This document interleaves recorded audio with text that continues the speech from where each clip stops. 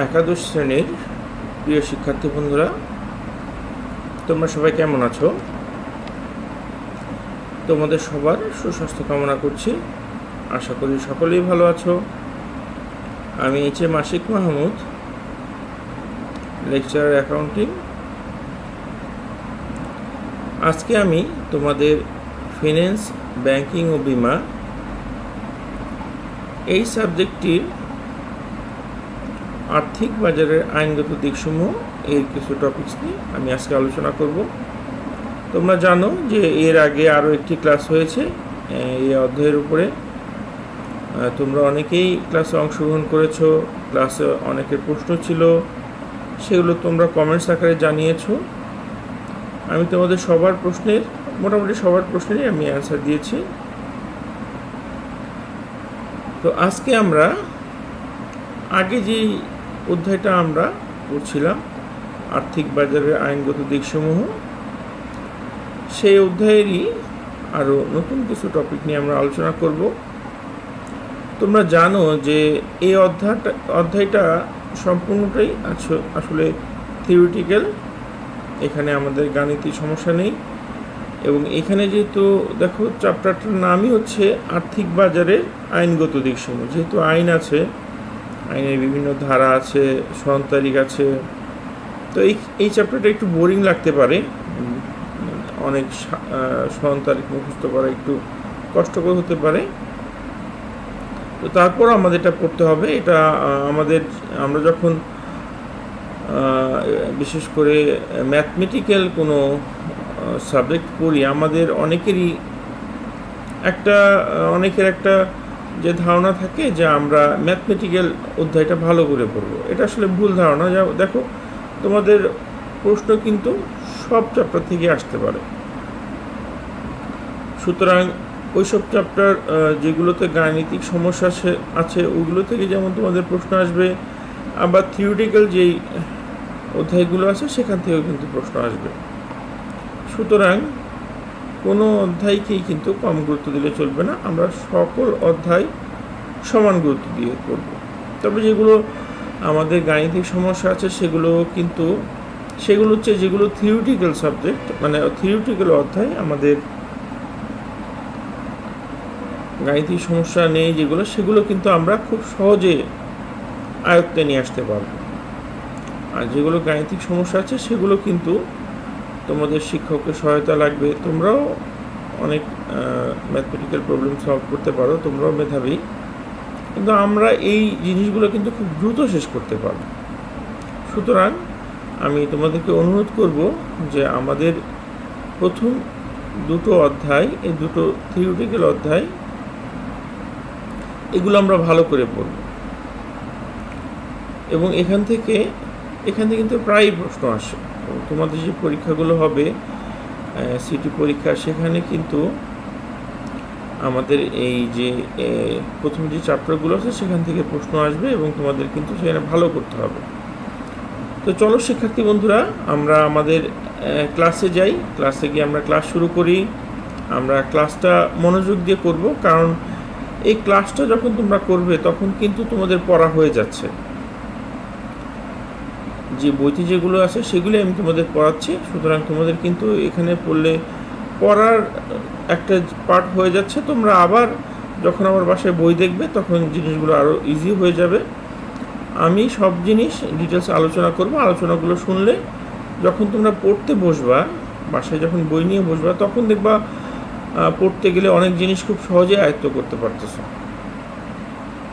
তো চলো শিক্ষার্থী বন্ধুরা, আমরা শুরু করি। আমি আমার স্লাইড শো করব, সেজন্য আমার যে ছবিটা একটু ছোট করে দিচ্ছি এবং এক সাইডে নিয়ে যাচ্ছি, যাতে তোমরা খুব সহজেই স্লাইডটা দেখতে পারো।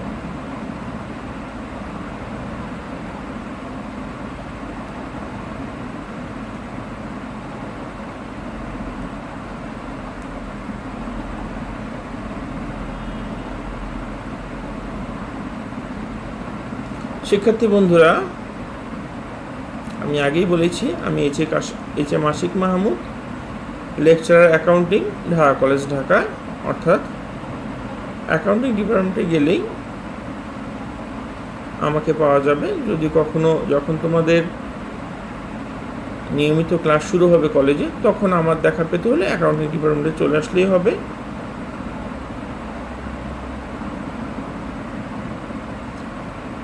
আগেই বলেছিলাম এটা আমাদের একাদশ শ্রেণীর জন্য ক্লাস, এবং বিষয় হচ্ছে ফিন্যান্স, ব্যাংকিং ও বিমা। আমরা পড়ছি অর্থায়নের আইনগত দিকসমূহ, এবং আজকে এটা দ্বিতীয় ক্লাস।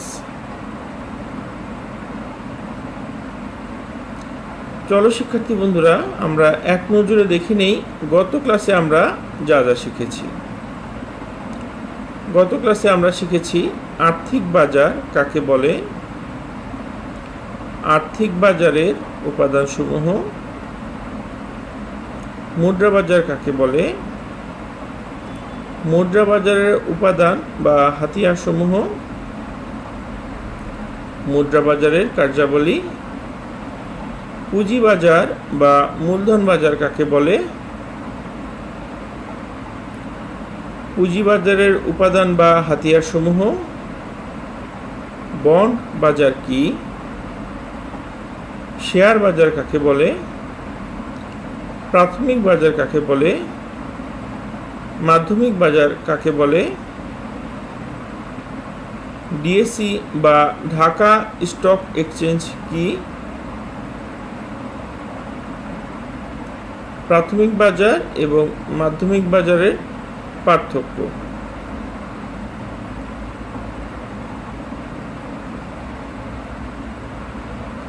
আজকের ক্লাসে আমরা যা যা শিখব চলো দেখে নিই এক নজরে সেগুলো। প্রাথমিক বাজার এবং মাধ্যমিক বাজারের পার্থক্য আমরা আগে শিখেছি। আজকে আমি তোমাদের এগুলো একটু লিখে ডিটেলস আকারে দেখাবো, আগের জিনিসটা একটু বেশি ভালো করে তোমরা দেখতে পারবে।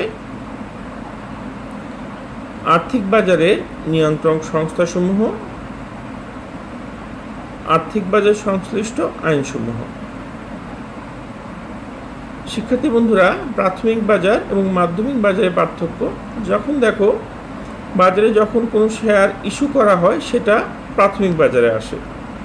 এই প্রাথমিক বাজারে যখন শেয়ার ইস্যু করা হয়, পরবর্তীতে এই শেয়ারগুলো যখন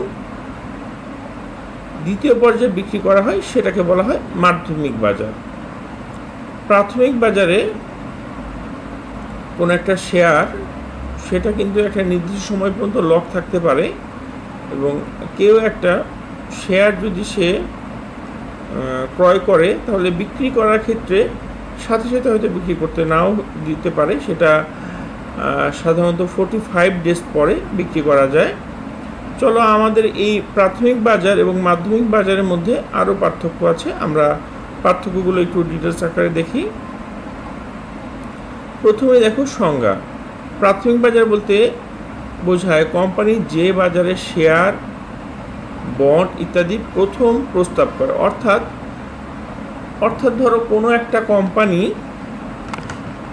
তারা হচ্ছে বাজারে শেয়ার ইস্যু করবে। আমি তোমাদের একটা উদাহরণ দিই, যেমন ধরো গ্রামীণ ফোন, তারা কিন্তু একসময় যখন মার্কেটে আসতে চাইলো তখন কিন্তু তারা প্রাথমিক বাজার থেকে শুরু করেছে, এবং সামনে আবার আমাদের যে মোবাইল অপারেটর আছে রবি, তারাও কিন্তু আমাদের এই পুঁজিবাজার থেকে পুঁজি সংগ্রহ করতে চাচ্ছে।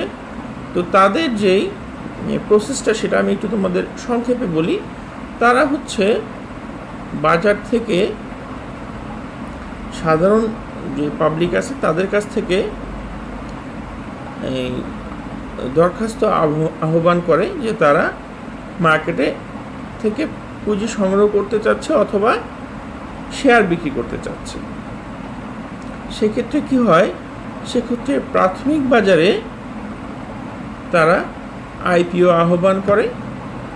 তখন তুমি যদি কোনো একটা শেয়ার কেনো তাহলে সেটা হবে প্রাথমিক বাজারের মাধ্যমে তোমাকে কিনতে হবে। এরপরে তুমি যদি সেটা অন্য কারো কাছে বিক্রি করো সেটাই হবে মাধ্যমিক বাজার। অর্থাৎ দেখো, প্রাথমিক বাজার বলতে বোঝায় কোম্পানি যে বাজারে শেয়ার, বন্ড বিক্রির প্রথম প্রস্তাব করে। অন্যদিকে যে বাজারের প্রাথমিক বাজারে ইস্যুকৃত শেয়ার বন্ড পরবর্তীতে ক্রয় বিক্রয় করা হয় তাকে সেকেন্ডারি বাজার বা মাধ্যমিক বাজার বলা হয়। আমি যেটা বলেছিলাম, তুমি একটা শেয়ার ক্রয় করলে সেটা যখন তুমি অন্য কারো কাছে বিক্রি করবে সেটা হবে, সেই বাজারটা হবে মাধ্যমিক বাজার। উদ্দেশ্য দেখো, প্রাথমিক বাজারের উদ্দেশ্য নতুন শেয়ার ইস্যুর মাধ্যমে অধিক মূলধন সংগ্রহ এবং সেকেন্ডারি বাজারে প্রবেশ করা। প্রাথমিক উদ্দেশ্য হচ্ছে তারা কিন্তু সেকেন্ডারি বাজারে প্রবেশ করবে। সেটা কিভাবে করতে হবে? প্রাথমিক বাজারের মাধ্যমে। অন্যদিকে মাধ্যমিক বাজারের উদ্দেশ্য হলো তারল্য বজায় রাখা এবং প্রতিনিয়ত শেয়ার বন্ড ইত্যাদি সিকিউরিটি সম্পর্কে তথ্য, যেমন বাজার মূল্য, লভ্যাংশ প্রদান করা। আর মাধ্যমিক বাজারে কি এই প্রাথমিক বাজারে ইস্যুকৃত শেয়ারগুলোই কিন্তু মাধ্যমিক বাজারে বিক্রি করা হচ্ছে এবং এই মাধ্যমিক বাজারের মাধ্যমেই কিন্তু সিকিউরিটি সম্পর্কে তথ্য তারা সংরক্ষণ করে এবং এই মাধ্যমিক বাজারের মাধ্যমে কিন্তু লভ্যাংশ প্রদান করা হয়। মূল্য দেখো, প্রাথমিক বাজারের শেয়ারের ইস্যুর সময় শেয়ারের মূল্য নির্ধারিত থাকে। শেয়ারের মূল্য কি সাধারণত ফেস ভ্যালু প্রাথমিক বাজারে সাধারণত 10 টাকা হয়, কখনো কখনো অধিহারে বা অবহারেও বিক্রি করা হয়। অধিহারে বলতে যে ফেস ভ্যালু তার চাইতে বেশি মূল্যে বিক্রি করা হয়, যেমন ধরো কোনো শেয়ারের ফেস ভ্যালু যেটা হচ্ছে 10 টাকা, সেটা 12 টাকায় বিক্রি করা হতে পারে। আবার অবহারেও বিক্রি করা হয়, কোনো শেয়ারের ফেস ভ্যালু 10 টাকা হলে আবার 2 টাকা অবহারে অর্থাৎ 8 টাকায় বিক্রি করা হতে পারে। এটা কিন্তু সাধারণত ফেস ভ্যালুতেই বিক্রি করা হয়। 10 টাকার শেয়ার 10 টাকায় বিক্রি করা হয়, অথবা 100 টাকার শেয়ার 100 টাকাতেই বিক্রি করা হয়। কিন্তু মাধ্যমিক বাজারে কিন্তু কোনো নির্দিষ্ট মূল্য নেই, এটা কিন্তু সর্বদাই ওঠানামা করে। সর্বদাই মানে তুমি আজকে কিনলে আজকে কেনার পরে আজকেই সেটা কমে যেতে পারে, আবার আজকেই সেটা বাড়তে পারে। ঝুঁকি দেখো, প্রাথমিক বাজারে ঝুঁকির সম্ভাবনা খুবই কম।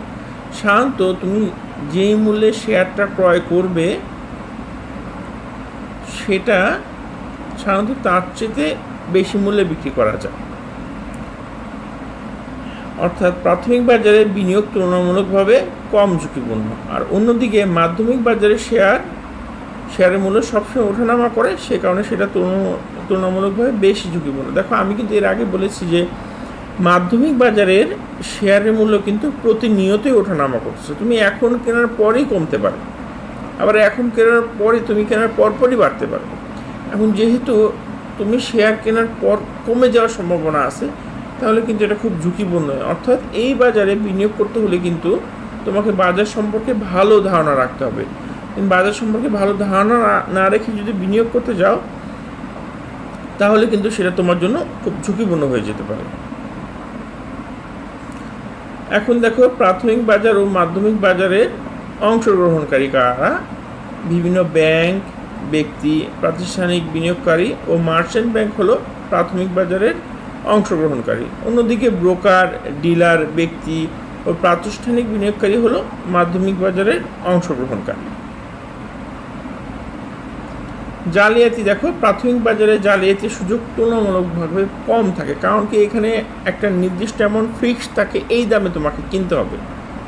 যেহেতু নির্দিষ্ট অ্যামাউন্ট ফিক্সড, এর বাইরে যাওয়া সম্ভব না, সুতরাং এই বাজারে কিন্তু তোমার জালিয়াতি সুযোগটা কম। কিন্তু সেকেন্ডারি বাজারে এটার প্রাইস সবসময় বাড়তেছে, সবসময় আবার কমতেওছে, সুতরাং এই বাজারে কিন্তু জালিয়াতির সম্ভাবনা বেশি থাকে। অনেকেই এখানে জালিয়াতি করার চেষ্টা করে।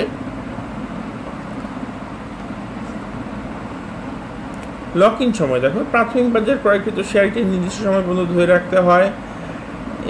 তুমি প্রাথমিক বাজারটা শেয়ার কিনলে সাথে সাথে এটা বিক্রি করতে পারবে না, এটা 45 ডেজ, 1 মাস অথবা তার চেয়ে বেশি হতে পারে। এই সময়টা লক ইন থাকে, তারপরে তুমি এটা সেকেন্ডারি মার্কেটে অথবা মাধ্যমিক বাজারে বিক্রি করতে পারবে। আর মাধ্যমিক বাজারের শেয়ারটা সাধারণত তুমি আজকে ক্রয় করলে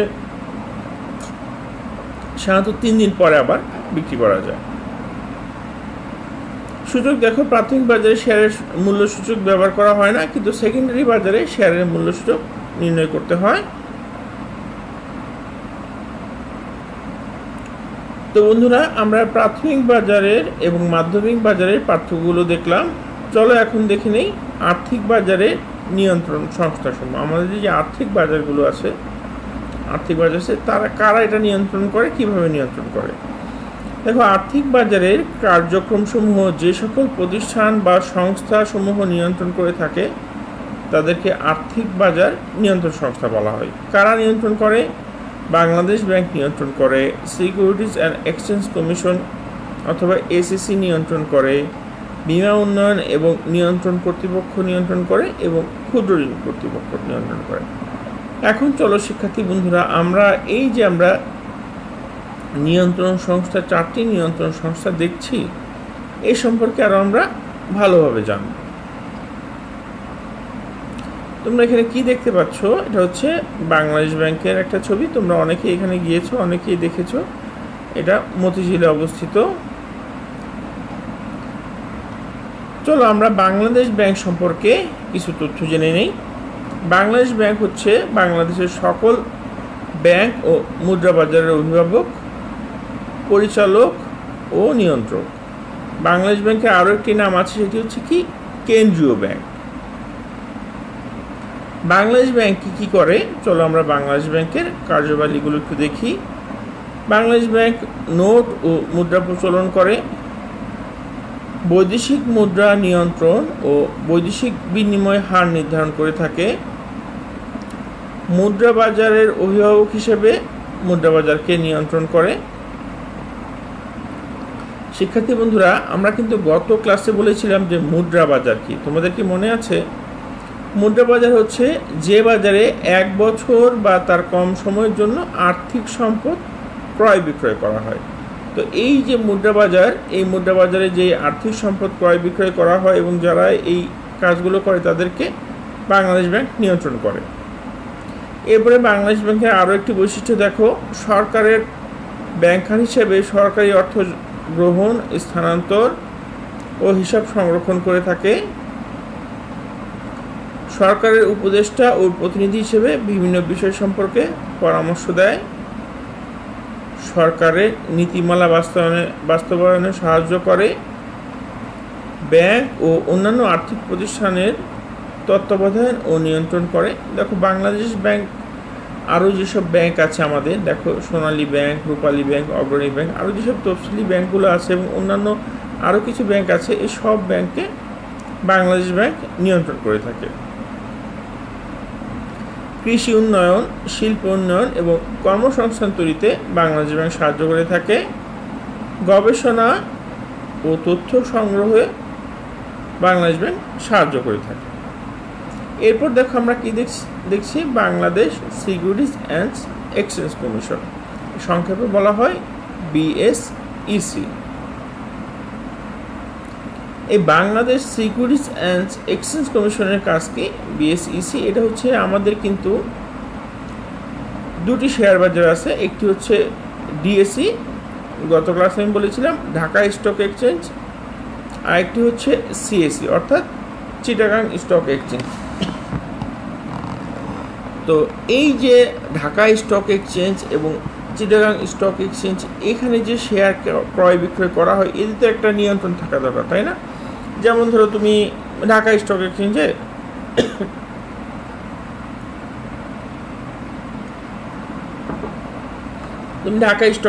শেয়ার ক্রয় বিক্রয় করো। তো এই ক্ষেত্রে যদি কোনো নিয়ম নীতি না থাকে, যেসব রুলস আছে, রুলস না থাকে, অথবা কোনো অন্যায় করলে তাদের কোনো জবাবদিহিতা না থাকে, তাহলে কিন্তু যে কেউ এই শেয়ার কিনতে গিয়ে ক্ষতিগ্রস্ত হতে পারে এবং তার যে স্বার্থ আছে, এই স্বার্থ কিন্তু রক্ষিত না হতে পারে। তো এই সব কিছু দেখার দায়িত্ব হচ্ছে ASEC, security and exchange commission. চলো আমরা দেখি সিকিউরিটিজ অ্যান্ড এক্সচেঞ্জ কমিশন কি করে। সিকিউরিটিজ অ্যান্ড এক্সচেঞ্জ কমিশন বাংলাদেশের দুটি পুঁজিবাজারকে নিয়ন্ত্রণ করে থাকে। দুটি পুঁজিবাজার কি? বাংলাদেশের দুটি পুঁজিবাজার হচ্ছে, আমি আগেও বলেছি একবার, DSE যেটা হচ্ছে ঢাকা স্টক এক্সচেঞ্জ, আর এটা হচ্ছে CSE, সেটা হচ্ছে চিটাগাং স্টক এক্সচেঞ্জ। দেখো, 1993 সালের 8ই June Bangladesh securities and exchange commission গঠিত হয়। Bangladesh securities and exchange commission দেশের বিনিয়োগ বাজারকে নিয়ন্ত্রণ ও পরিচালনা করার জন্য নীতিমালা প্রণয়ন করে থাকে। এটি অর্থ মন্ত্রণালয়ের অধীনে সরকারের একটি বিধিবদ্ধ সংস্থা হিসেবে দেশের মূলধন বাজার পরিচালনা ও নিয়ন্ত্রণ করে যাচ্ছে। এরপর দেখো বীমা উন্নয়ন এবং নিয়ন্ত্রণ কর্তৃপক্ষ। বীমা শিল্প ও ব্যবসার সার্বিক তত্ত্বাবধান, সংশ্লিষ্ট সকল পক্ষের স্বার্থ সংরক্ষণ এবং এই শিল্পের উন্নয়নের তদারকি করার লক্ষ্যে একটি কর্তৃপক্ষ প্রতিষ্ঠার উদ্দেশ্যে 2010 সালের 3রা মার্চ জাতীয় সংসদে বীমা উন্নয়ন ও নিয়ন্ত্রণ আইন 2010 পাস হয়। এই বীমা উন্নয়ন এবং নিয়ন্ত্রণ কর্তৃপক্ষের দায়িত্ব কি দেখি একটু। এদের কার্যবলী ও দায়িত্ব হচ্ছে দেখো, বীমা ও পূর্ণ বীমা ব্যবসা সংক্রান্ত প্রতিষ্ঠানগুলো নিয়ন্ত্রণ।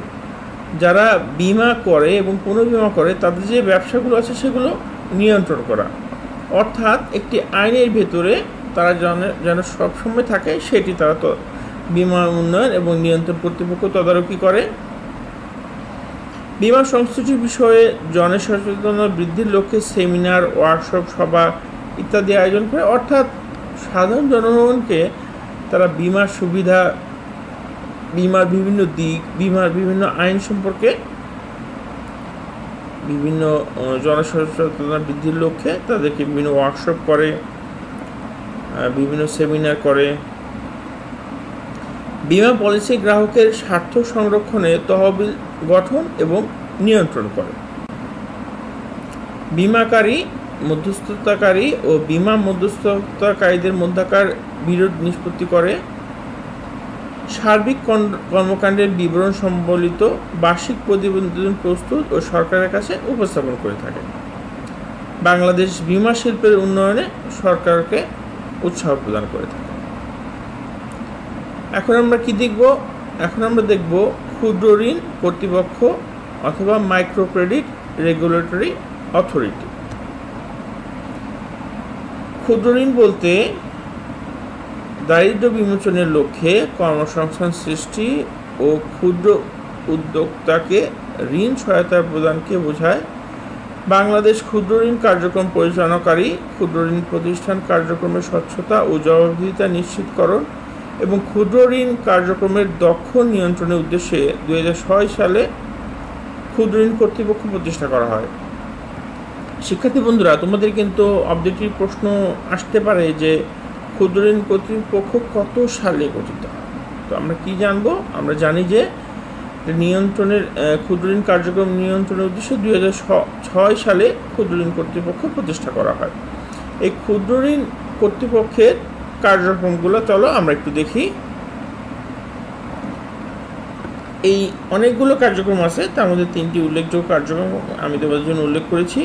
ক্ষুদ্র ঋণ প্রতিষ্ঠানসমূহকে লাইসেন্স প্রদান করা যাতে তারা নির্দিষ্ট আইনের আওতায় কাজ করতে পারে। ক্ষুদ্র ঋণ প্রতিষ্ঠানগুলোকে লাইসেন্সের শর্ত সমূহ সঠিকভাবে যেন মেনে চলছে কিনা তার তদারকি করা। লাইসেন্স বা চলমান তদারকির কোনো শর্ত পূরণে ব্যর্থ হলে প্রতিষ্ঠানের উপর নিষেধাজ্ঞা আরোপ করা।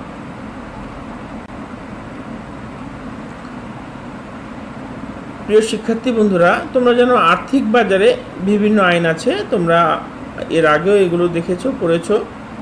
চলো আর্থিক বাজারে যে বিভিন্ন আইনসমূহ আছে সে আইনসমূহ আমরা একটু দেখি। অংশীদারি আইন যেটা হচ্ছে 1932 সালের, কোম্পানি আইন 1994 সালের, ব্যাংক কোম্পানি আইন 1991 সালের, আর্থিক প্রতিষ্ঠান আইন 1993 সালে এবং মানি লন্ডারিং প্রতিরোধ আইন 2002 সালে। শিক্ষার্থী বন্ধুরা, এই যে আমরা প্রত্যেকটি আইন, এটা কিন্তু এই সাল সহ মুখস্থ করতে হবে। অর্থাৎ অংশীদারি আইনটি কত সালের সেটি তোমার খুব ভালোভাবে জানা থাকতে হবে, কোম্পানি আইনটি কত সালের সেগুলো জানা থাকতে হবে এবং ব্যাংক কোম্পানি আইন কত সালের জানা থাকতে হবে, কারণ এগুলো থেকে কিন্তু আমাদের প্রায় অবজেক্টিভ প্রশ্ন আসে এবং সংক্ষিপ্ত প্রশ্ন কিন্তু আসে। আমার প্রশ্ন আসতে পারে যে মানি লন্ডারিং প্রতিরোধ আইনটি কত সালের। তো শিক্ষার্থী বন্ধুরা, এগুলো আমরা খুব ভালোভাবে বুঝে বুঝে পড়বো যাতে আমরা পরীক্ষায় এই সম্পর্কিত কোনো কোশ্চেন আসলে আমরা যাতে ভালোভাবে অ্যান্সার করতে পারি। অংশীদারি আইন কত সালে? 1932 সালে। এটা তোমরা অনেক আগে থেকে জানো। আমরা অনেক এর আগে আমরা যখন তোমরা যখন নবম দশম শ্রেণীতে পড়েছো তখনও তোমরা এটা শিখেছি যে অংশীদারি আইনটা 1932 সালের।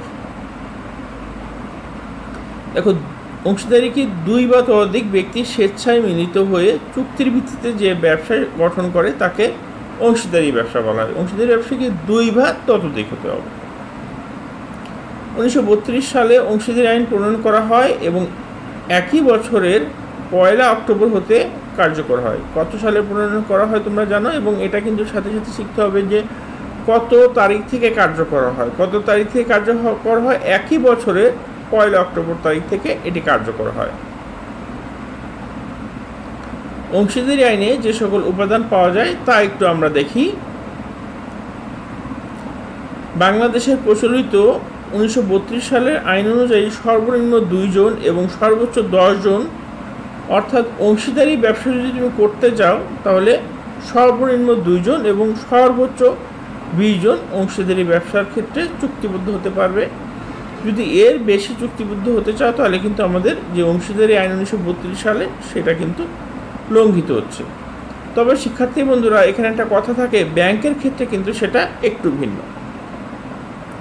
অর্থাৎ সাধারণ ক্ষেত্রে 1932 সালের আইন অনুযায়ী সর্বনিম্ন 2 জন এবং সর্বোচ্চ 20 জন অংশীদারি ব্যবসার ক্ষেত্রে চুক্তিবদ্ধ হতে পারবে, কিন্তু ব্যাংকিং অংশীদারি ব্যবসার ক্ষেত্রে সর্বোচ্চ হবে 10 জন সদস্য হতে হবে। অংশীদারি ব্যবসার ভিত্তি হচ্ছে চুক্তি। এটি ছাড়া অংশীদারি ব্যবসা হতে পারবে না, অর্থাৎ তোমার চুক্তি থাকতে হবে। চুক্তি ছাড়া আসলে অংশীদারি ব্যবসা সেটা আদালতে গ্রহণযোগ্য হবে না। বেআইনি বা ক্ষতিকর কোনো কাজে চুক্তিবদ্ধ হয়ে ব্যবসা করা যাবে না, সেটা আইন বিরোধী। বেআইনি অথবা ক্ষতিকর কোনো কিছু যেটা বাংলাদেশ সরকার অনুমোদন করে না, এই ধরনের কোনো ব্যবসা করা যাবে না। চুক্তি অনুযায়ী মুনাফা বন্টন করতে হবে, অর্থাৎ চুক্তিতে আমাদের যে অংশীদারগণ আছেন তারা কে মুনাফার কত অংশ পাবেন, চুক্তিতে যেটি উল্লেখ থাকবে সে অনুযায়ী কিন্তু আমাদের মুনাফাটা বন্টন করতে হবে। আমরা ব্যবসা করলাম, ব্যবসা শুরু করার পর মুনাফা হলো, তখন যে যার মতো ইচ্ছা আমরা মুনাফা বন্টন করব। 1 বছর আমরা কেউ বেশি নিব, আরেক বছর কম নিব, এরকম করা যাবে না। আমাদের একটা চুক্তি থাকতে হবে এবং এই চুক্তি অনুযায়ী মুনাফাটা বন্টন করতে হবে। আর অংশীদারি ব্যবসায় সাধারণত মূলধন অনুপাতে লাভ লোকসানটা আসলে বন্টন হয়ে থাকে। যার মূলধন বেশি তার আসলে মুনাফা বেশি পাওয়ার অধিকার আছে, এবং যার মূলধন কম সে মুনাফা কম পাবে। ঠিক একইভাবে যখন লোকসান বা লস বন্টন হবে তখন যার মুনাফা বেশি তার বেশি লস বহন করতে হবে, এবং যার মূলধন যার মূলধন কম সে তখন কম লস বা কম লোকসান বহন করবে। কোম্পানি আইন 1994 সালের। বাংলাদেশ যৌথ মূলধনী কোম্পানি গঠিত পরিচিত হয় 1994 সালের কোম্পানি আইন অনুযায়ী। 1994 সালের কোম্পানি আইনে যে সকল দিকের প্রতি বিশেষ নজর দেওয়া হয়েছে তা একটু আমরা নিচে তুলে ধরেছি। চলো আমরা এই বিশেষ দিকগুলো কি দেখি। এই দিকগুলোর মধ্যে আছে যে কোম্পানি পরিচালনা পর্ষদের জবাবদিহিতা থাকতে হবে, অর্থাৎ যারা পরিচালনা পর্ষদ আছে তারা কিন্তু জবাবদিহির আওতায়, এরা যা খুশি তা কিছু করতে পারবে না, এটা আইনের বাইরে কিছু করতে পারবে না। আইন অনুযায়ী তাদের সব কাজকর্ম করতে হবে। সংখ্যালঘু শেয়ার হোল্ডারদের অধিকার সংরক্ষণ, যারা সংখ্যালঘু শেয়ার হোল্ডার তাদের যে অধিকার আছে সেটা সংরক্ষণ করতে হবে। অর্থাৎ কি অধিকার সংরক্ষণ বলতে এখানে কি বুঝো, যে যারা সংখ্যালঘু শেয়ার হোল্ডার আছে তাদের যে পাওনা, তারা যদি কোম্পানি লাভ করে তাহলে যে পাওনা আছে তাহলে তাদের পাওনাটা বুঝিয়ে দিতে হবে, অথবা কোম্পানি যখন অবসায়ন হবে তখন তাদের পাওনা বুঝিয়ে দিতে হবে। হোল্ডিং কোম্পানি ও সাবসিডিয়ারি কোম্পানির মধ্যকার সম্পর্ক সুনির্দিষ্টকরণ। হোল্ডিং কোম্পানি এবং সাবসিডিয়ারি কোম্পানি কি? হোল্ডিং কোম্পানি হচ্ছে যখন দুর্বল কতগুলো কোম্পানিকে বড় একটি কোম্পানি নিয়ন্ত্রণ করে, অথবা ব্যবসায় সুবিধার্থে যখন দুর্বল কতগুলো কোম্পানি বড় কোনো কোম্পানির আওতায় পরিচালিত হয়, এই বড় কোম্পানিটিকে বলা হয় হোল্ডিং কোম্পানি, এবং তার আওতায় যেসব কোম্পানি পরিচালিত হচ্ছে তাদেরকে বলা হয় সাবসিডিয়ারি কোম্পানি অথবা অধীনস্থ কোম্পানি। তো হোল্ডিং কোম্পানি ও সাবসিডিয়ারি কোম্পানির মধ্যকার সম্পর্ক সুনির্দিষ্টকরণ। সম্পর্ক সুনির্দিষ্টকরণ মানে হচ্ছে কার কার্যক্রম কি, কে তদারকি করবে, কার দ্বারা তদারকি হবে, এবং তাদের মূলধন বন্টনের ক্ষেত্রে হোল্ডিং কোম্পানি কতটুকু, মূলধন না, মুনাফা বন্টনের ক্ষেত্রে হোল্ডিং কোম্পানি কতটুকু মুনাফা পাবে, সাবসিডিয়ারি কোম্পানি কতটুকু মুনাফা পাবে। একইভাবে খরচ বন্টনের সময় হোল্ডিং কোম্পানির খরচ কতটুকু, সাবসিডিয়ারি কোম্পানির খরচ কতটুকু। আবার লোকসান যদি বন্টন করতে হয় সেক্ষেত্রে হোল্ডিং কোম্পানি কতটুকু লোকসান বহন করবে এবং সাবসিডিয়ারি কোম্পানি কতটুকু লোকসান বহন করবে। এছাড়াও আরও অনেক তোমার রুলস আছে, নিয়মকরণ আছে, সেগুলো সুনির্দিষ্টকরণ। পাবলিক সেক্টর ও প্রাইভেট সেক্টর কোম্পানির মধ্যে বৈষম্য দূরকরণ, কোম্পানি গঠন ও অবসান সহজীকরণ। শিক্ষার্থী বন্ধুরা, আমরা কোম্পানি আইনের বৈশিষ্ট্যগুলো কি কি সেগুলো দেখলাম। চলো আমরা সামনে এগিয়ে যাই। ব্যাংক কোম্পানি আইন 1991 অথবা ব্যাংক কোম্পানি আইন 1991। শিক্ষার্থী বন্ধুরা দেখো, ব্যাংকিং প্রতিষ্ঠান সুষ্ঠুভাবে পরিচালনা ও নিয়ন্ত্রণের জন্য নীতিমালা ও বিধিবিধান হলো ব্যাংক কোম্পানি আইন 1991। এই আইনে কিছু বৈশিষ্ট্য নিচে তুলে ধরা হলো। অর্থাৎ ব্যাংকিং যে কার্যক্রম, ব্যাংকের কার্যক্রম পরিচালনা করার জন্য অথবা ব্যাংকের যেই নিয়ন্ত্রণ, নীতিমালা, বিধিবিধান যে আইনের দ্বারা সুনির্দিষ্ট করা হয়েছে সেটা হচ্ছে ব্যাংকিং কোম্পানি আইন 1991। এর কিছু বৈশিষ্ট্য, এর অনেক বৈশিষ্ট্য আছে, তার মধ্যে কিছু উল্লেখযোগ্য বৈশিষ্ট্য আমি তোমাদের জন্য এখানে সংক্ষেপে তুলে ধরেছি। চলো আমরা এগুলো একটু জেনে নেই। প্রমাণপত্র সহ আমানত গ্রহণ ও ঋণদান কার্যক্রম সম্পাদন করা। শিক্ষার্থী বন্ধুরা, আমানত সংগ্রহ করতে গেলে কার আমানত সংগ্রহ করছো সেটা রেকর্ড থাকতে হবে, এবং ঋণদান কার্যক্রম সম্পন্ন করতে গেলে কাকে ঋণ দেওয়া হবে, কতটুকু ঋণ দেওয়া হবে, এগুলো আমাদের ব্যাংকে যেই ব্যাংক কোনো গ্রাহককে ঋণ প্রদান করবে অথবা কারো কাছ থেকে আমানত গ্রহণ করবে, সেগুলো ব্যাংক তথ্যগুলো খুব সুন্দরভাবে সংগ্রহ করতে হবে। কারণ কার আমানত, ব্যাংকে অনেক গ্রাহক চায়, কার আমানত সেটা যদি সুনির্দিষ্টভাবে সংরক্ষণ করা না হয় তার আমানত ফিরিয়ে দিতে সমস্যা হয়। কার আমানত কতটুকু আমাদের জানা থাকতে হবে, এবং ব্যাংক যখন ঋণ প্রদান করে কাকে কতটুকু ঋণ প্রদান করছে, কত তারিখে কোন সময় ঋণ প্রদান করছে, এটিও ব্যাংকের কিন্তু রেকর্ডে থাকতে হবে। কারণ ঋণটা কিন্তু আবার সুদে আসলে ফেরত নিতে হবে। তো কাকে আমি ঋণ দিচ্ছি অথবা কাকে ব্যাংক ঋণ দিচ্ছে, এই রেকর্ড যদি ভালোভাবে না রাখা হয় তাহলে কিন্তু এই ঋণ আবার ফেরত গ্রহণের সময় সমস্যা দেখা দেবে। সুতরাং প্রমাণপত্র সহ আমানত গ্রহণ ও ঋণ কার্যক্রম সম্পাদন করা, জামানত সহ অথবা জামানতবিহীন ঋণ প্রদান কার্যক্রম পরিচালনা করা। শিক্ষার্থী বন্ধুরা, ঋণ প্রদান করার ক্ষেত্রে বেশিরভাগ সময়ই জামানত সহ ঋণ প্রদান করা হয়, কিন্তু কিছু কিছু ক্ষেত্রেও জামানতবিহীন ঋণ প্রদান করা হয়। এই কথা এখানে বলা হয়েছে যে জামানত সহ ও জামানতবিহীন ঋণ প্রদান কার্যক্রমটি পরিচালনা করা। এখানে মার্কিংয়ে একটু সমস্যা হয়ে গেছে, তোমরা দেখতে পাচ্ছ যে প্রথমটা হচ্ছে 1 হবে, পরেরটা 2 হবে, এটা দেওয়া হয়নি, তোমরা একটু বুঝে নাও। এরপর দেখো, স্বর্ণ মুদ্রা, ধাতব মুদ্রা ইত্যাদি অনুমোদন ও ক্রয় করা। ব্যাংক কিন্তু স্বর্ণ মুদ্রা ক্রয় করে, ধাতব মুদ্রা ক্রয় করে। তো স্বর্ণ মুদ্রা, ধাতব মুদ্রা ইত্যাদি অনুমোদন ও ক্রয় করা। আইন অনুযায়ী ন্যূনতম মূলধন সংগ্রহ করা। তুমি ব্যাংক তার মূলধনের সম্পূর্ণ অংশ ঋণ হিসেবে প্রদান করতে পারবে না, তার ন্যূনতম একটি মূলধন সেটি সংরক্ষণ করতে হবে, সেটি ঋণ হিসেবে প্রদান করা যাবে না। একই পরিবারের মধ্যে শেয়ার ক্রয় বিক্রয় নিষেধাজ্ঞা। ঋণ বা অগ্রিম গ্রহণের ক্ষেত্রে নির্দিষ্ট শেয়ারের জামানত হিসাব রাখা যাবে না। দুঃখিত, নির্দিষ্ট শেয়ার অর্থাৎ ঋণ বা অগ্রিম গ্রহণের ক্ষেত্রে নির্দিষ্ট শেয়ার জামানত হিসেবে রাখা যাবে না। অর্থাৎ ঋণ বা অগ্রিম গ্রহণের সময় নির্দিষ্ট নির্দিষ্ট কিছু শেয়ার জামানত হিসেবে রাখা যাবে না। ব্যাংক ঋণ খেলাপি ঋণগ্রহীতাদের তালিকা তৈরি করতে পারবে। বাংলাদেশ ব্যাংক বা কেন্দ্রীয় ব্যাংক সর্বোচ্চ সুদের হার নির্ধারণ করে দিতে পারবে।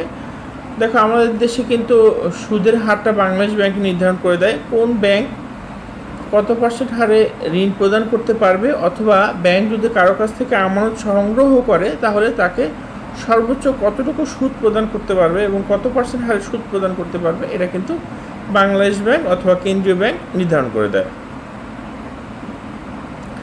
ব্যাংক কোম্পানি মাসিক বিবরণী প্রকাশ করতে পারবে। বাংলাদেশ ব্যাংকের পরিচালনা পর্ষদ বাংলাদেশ ব্যাংকের পরিচালনা পর্ষদ বাতিল করতে পারবে। দুঃখিত, বাংলাদেশ ব্যাংকের পরিচালনা পর্ষদ বাতিল করতে পারবে। আর্থিক প্রতিষ্ঠান আইন, এরপর আমরা জানবো আর্থিক প্রতিষ্ঠান আইন 1993। ব্যাংক ব্যতীত অন্যান্য আর্থিক প্রতিষ্ঠান রয়েছে। শুধু যে ব্যাংকই আর্থিক প্রতিষ্ঠান তা কিন্তু না, ব্যাংক ছাড়াও আরও কিছু প্রতিষ্ঠান রয়েছে যারা আর্থিক সম্পদ অথবা ঋণ প্রদান করে, আমানত সংগ্রহ করে। এগুলো হচ্ছে যেমন ধরো লিজিং, বিমা কোম্পানি, গৃহ ঋণ দান সংস্থা ইত্যাদি। এদের দেখো নিয়ন্ত্রণের উদ্দেশ্যে যে আইনটি আছে সেটি হচ্ছে 1993 সালের আইন। ব্যাংক ব্যতীত অন্যান্য আর্থিক প্রতিষ্ঠানসমূহ যেমন লিজিং, বিমা কোম্পানি, গৃহ ঋণ দান সংস্থা ইত্যাদি পরিচালনা ও নিয়ন্ত্রণের উদ্দেশ্য 1993 সালের 30 সেপ্টেম্বর তারিখে আর্থিক প্রতিষ্ঠান আইন 1993 মহামান্য রাষ্ট্রপতির অনুমোদন লাভ করে, যা 1993 সালের 16 আগস্ট হতে কার্যকর হয়। এই আইনের কিছু উল্লেখযোগ্য দিক তুলে ধরা হয়েছে। এই আইনে অনেকগুলো দিক আছে, তার মধ্যে কিছু উল্লেখযোগ্য দিক আমি তোমাদের জন্য তুলে ধরেছি। চলো আমরা এই দিক সম্পর্কে ভালোভাবে জেনে নিই। সেক্ষেত্রে বন্ধুরা আমাকে একটু চেক করতে দাও তোমাদের রেকর্ডিংটা ঠিকমতো হচ্ছে কিনা। শিক্ষার্থী বন্ধুরা, চলো আমরা দেখি এই আইনের উল্লেখযোগ্য কিছু দিক। অর্থায়ন ব্যবসায় নিয়োজিত কোনো ব্যক্তি বা প্রতিষ্ঠানের কার্যক্রম সন্দেহজনক হলে সন্দেহজনক ব্যক্তি বা প্রতিষ্ঠান সম্পর্কে তদন্ত করা। দেশের ভেতরে বা বাইরে কোনো শাখা খুলতে হলে বাংলাদেশ ব্যাংকের অনুমতি নিতে হবে। অর্থাৎ কোনো লিজিং, বিমা কোম্পানি অথবা গৃহ ঋণদান সংস্থা যদি দেশের ভেতরে অথবা বাইরে কোনো শাখা খুলতে চায় সেক্ষেত্রে বাংলাদেশ ব্যাংকের অনুমতি সাপেক্ষে সেটি করতে পারবে। প্রত্যেক আর্থিক প্রতিষ্ঠান নির্দিষ্ট তহবিল সংগ্রহ করবে। আমানতের উপর সর্বোচ্চ সুদের হার বাংলাদেশ ব্যাংক নির্ধারণ করে দিবে। অর্থাৎ আমানতের উপর সর্বোচ্চ সুদের হারটা কত হবে সেটা বাংলাদেশ ব্যাংকের নির্ধারিত যে সুদের হার সেটা ফলো করতে হবে। প্রত্যেক আর্থিক প্রতিষ্ঠান নির্দিষ্ট পরিমাণ তরল সম্পদ সংরক্ষণ করবে। যে কোনো অপরাধের জন্য বাংলাদেশ ব্যাংক অর্থদণ্ড আদায় করতে পারবে।